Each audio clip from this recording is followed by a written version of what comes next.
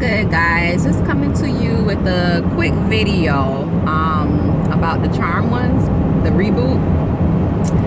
And I'm sorry, Charm ones, to all my people that watch it, you know, that's what they call all three of them. But the show is actually called Charmed. I don't like it. I don't. I gave it a chance. I don't like it.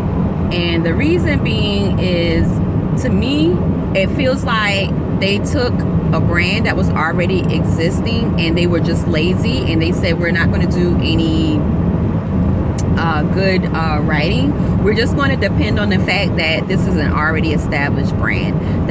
It's almost like someone woke up and said, you know what, do we still have those props for Charm? Someone get in there and clean it up, sweep it up, mop it up, dust off those potion bottles, all of those props. Do we still got the Book of Shadows laying around? Yes, we still got the Book of Shadows laying around. Okay, cast a couple of girls and let's film. That's what it feels like. You know, when you are dealing with a reboot of something, there are just certain things that you just have to be true to. You know, you don't have to have like the same exact storyline or even the same characters. That's fine. I would have loved to see like Charm the next generation. You know, you don't have to have the same things, but the story has to make sense, especially when the show is still in syndication. And to me, that's just weird, because to have a reboot on the air while the syndication is still coming on, that's a little strange to me. Does anyone know about TV and like how this works, like behind the scenes? Do I have anybody watching that knows? I don't know. Drop it down in the comments if you think that's abnormal for me to be able to go to TNT and watch the OG Charm and then go to the CW and watch this new so-called Charm. That's a little strange to me. To me, it seemed like they depended on that brand. They, you know, it's just too many plot holes. First and foremost, Charm has been off the air, not including syndication, at least over 10 years, I would say. Maybe I'm being generous with that. Correct me if I'm not right about that. And so really not a lot of time has passed. Not enough, you know, not enough time where we could say, oh, where, you know, Wyatt grew up and had a child, and I don't know, now, you know, now he's, you know, he's the main character, or whoever's going to be the main character. Kind of like how when Boy Meets World rebooted and it became Girl Meets World. It was about the daughter. Or what's another show that did that? That's So Raven. They rebooted that. And it's about, you know, the kids, or even like in the Dr. Dolittle movies, when it was time to kind of move on to the next generation or whatnot, you know, they introduced another character. You know, if they wanted to build off that franchise, continue that, they could. With this one, it's just like everything is so unrelated. It's just like there's no way that this is the same show. Like, first and foremost, real true Charm fans know that, you know, the Hallowells were very big on their lineage.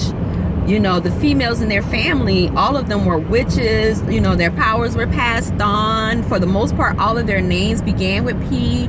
Not all of them, but for the most part, all of their names began with P. They didn't look alike, but they looked similar enough that, you know, you would say there was, you know, this is a sister. And I'll be the first to admit that I didn't like the addition of Rose McGowan to the show when it first happened, because I had just got, you know, used to Shannon Doherty, and I loved Peru's character. And so at first I didn't give I didn't give Rose McGowan a chance, even though she was one of my favorite actresses back then, just because of that change. But the good story writing and the way that they fleshed her character out made me come to care for her. And after a while, I'm going to be honest, I forgot that Shannon Doherty had left the show. That's how it's supposed to go when you have good story writing. You can make an audience accept a character that they might have said no to at first, you know, just because the story writing is just that good. You know, kind of like how the Fresh Prince of Bel-Air did Janet Hubert when they hired what is Tim Reed's wife? The new Aunt Vivian. I cannot remember her name, forgive me. Someone dropped that in the comments. But she looked completely different from Aunt Viv. Aunt Viv was a melaninated woman. Okay, she had the melanin. The melanin was popping like some damn chicken grease. Okay, and they hired this woman that's light and bright and completely unlike the Aunt Viv that we had come to know. But you know, after a while, I'm gonna be honest, you know, if you were not following that show and you maybe like picked up on it once the second Aunt Viv came, you really wouldn't have missed Janet Hubert. I'm gonna be honest. And it's not because her acting was bad or anything like that. It's because the story writing was good and they covered up the plot holes. You know, there are just certain core things that you have to stick to before you can take liberties with the script, just because it's already in existence. It's already what we know. So you have to make it make sense. You know, I really don't like the whole slapsticky kind of feel that I get from it, like the way they do their special effects and the way that their magic comes off and things like that. But at the same time, if I just be the devil's advocate, maybe they're going in that direction, because to be honest, like the last season or two, what season was it when Billy came? That's when I just kind of, when the show jumped the shark for me. Am I using that term correctly? You know, like when a network really needs to let a show go, but they just keep holding on to it. And then they just like add something to like flare it up, spice it up. But then that something usually ends up being like team too much, or it just doesn't make sense and the show ends up going off the air anyway. To me, that happened when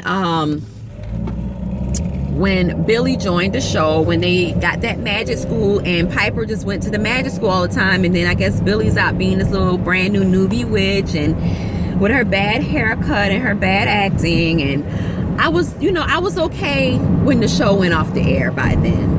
Not because I didn't like it anymore, but I would rather it go off the air than for it to become a joke. And to me, it's like they're picking that up. I don't know whether like the producers changed or you know, the directors changed or what changed, but something changed during that last season or two of Charm.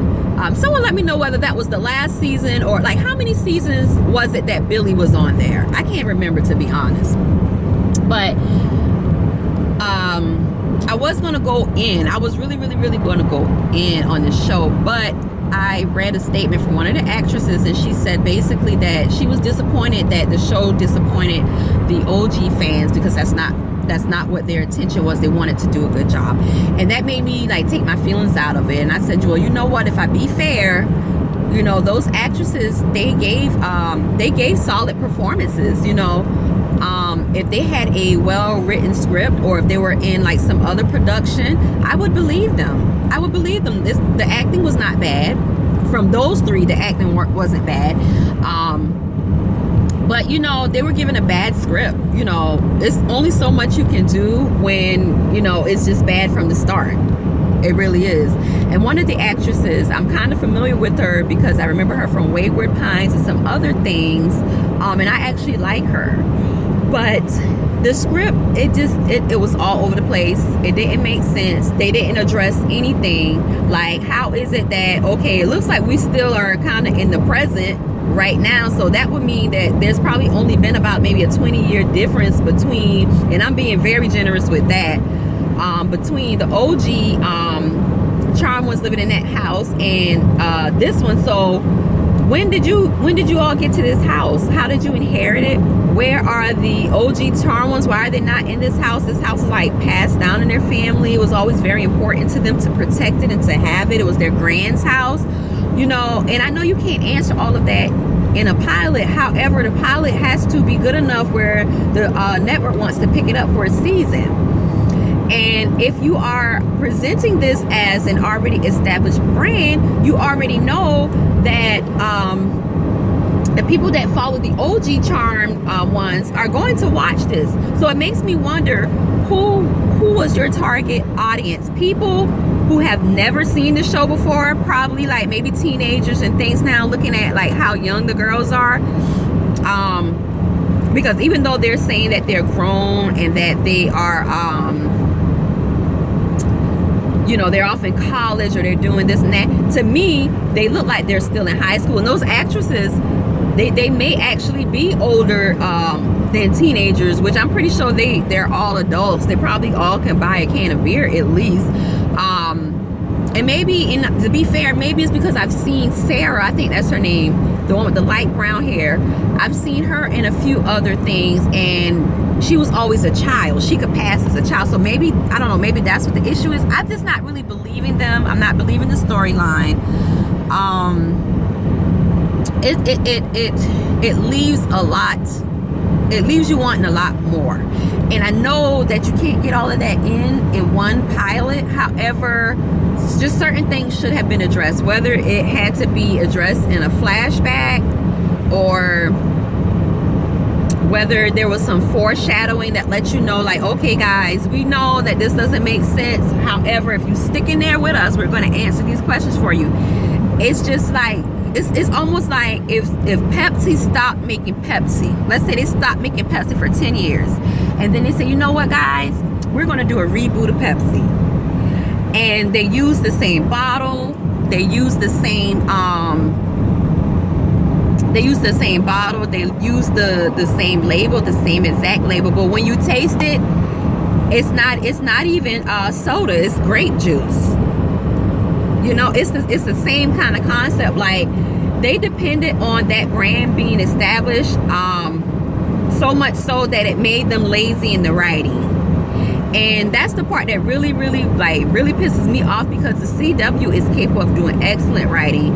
Because the 100, that show that's on there, and I am a tough critic, I am hard to impress, but I will say, and it's a very big statement to say, that is the best television show I have ever seen in my life. I love it. And even though it's like sci-fi and it deals with a lot of like unbelievable things like the world ending and living in space, the writing is so good. The character development, I'm really big on character development, and that's probably because I'm an author myself. You can find my books on Amazon under Ariel Desiree if you want to check it out. But because I'm an author myself, I'm very big on character development. And on the 100, you see the show's characters move, whether they are regressing, whether they are progressing.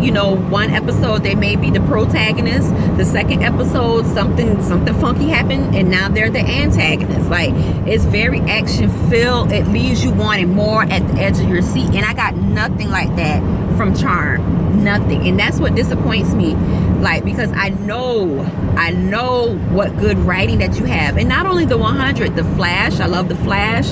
What other shows are on the CW? The CW has a great lineup of shows. So I don't know what happened with this, whether they just depended on that brand and they were just going to give us any old thing, or whether, like, I don't know what happened. I don't know, like, what happens behind the scenes as far as like writers for shows. Is it that, if you are hired to write for the CW, that means you're going to be contributing writing to all of their shows? Or are people hired specifically to write shows? I don't know what happened, but if they want this show to continue, they're gonna have to do a lot of work. They're gonna have to do a lot of work. And to be honest, they just need to cancel this. They just need to go ahead and cancel it. Because you already aired the pilot and it was already terrible.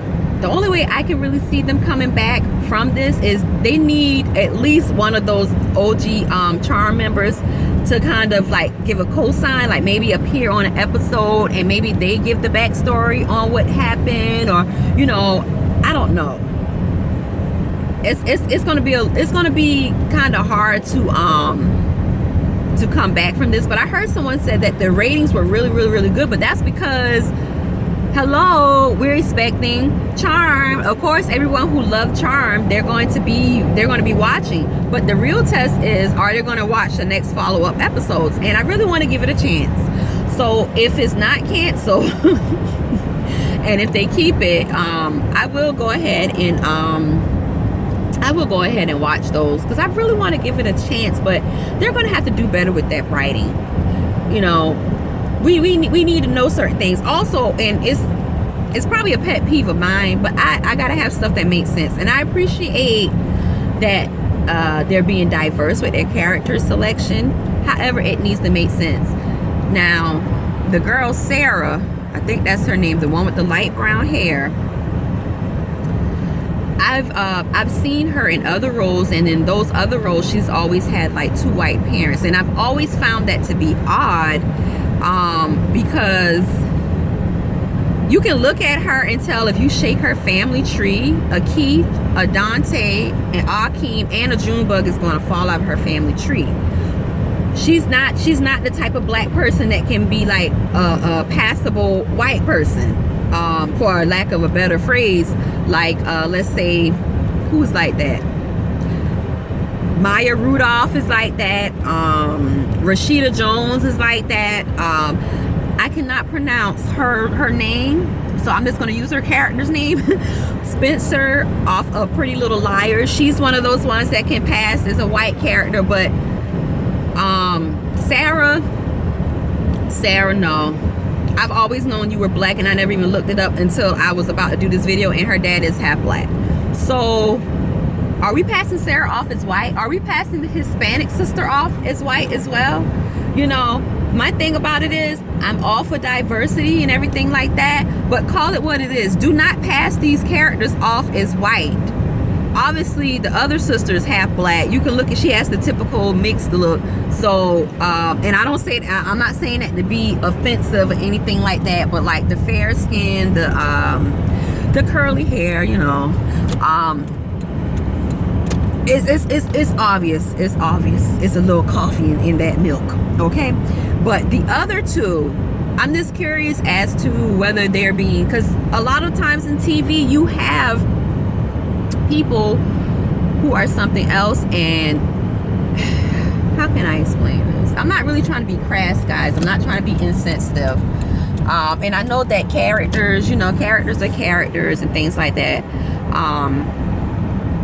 but whenever I notice an actress always being cast as one thing when they're not, it just makes me raise an eyebrow. So I just wonder if these 2 actresses are the type where we're supposed to believe they're white, because it's not believable. If that's what the intent, my point is, if that's what the intention was, that they're white, it's not believable. It's not. Make it make sense. Anyway, guys, stay tuned. If they continue to air the show, I will go ahead and review it. In the meanwhile, rate, comment, and subscribe. If you like what I said, if you disagree with what I said, let me know. Drop it down in the comments. I appreciate you watching. Have a great day.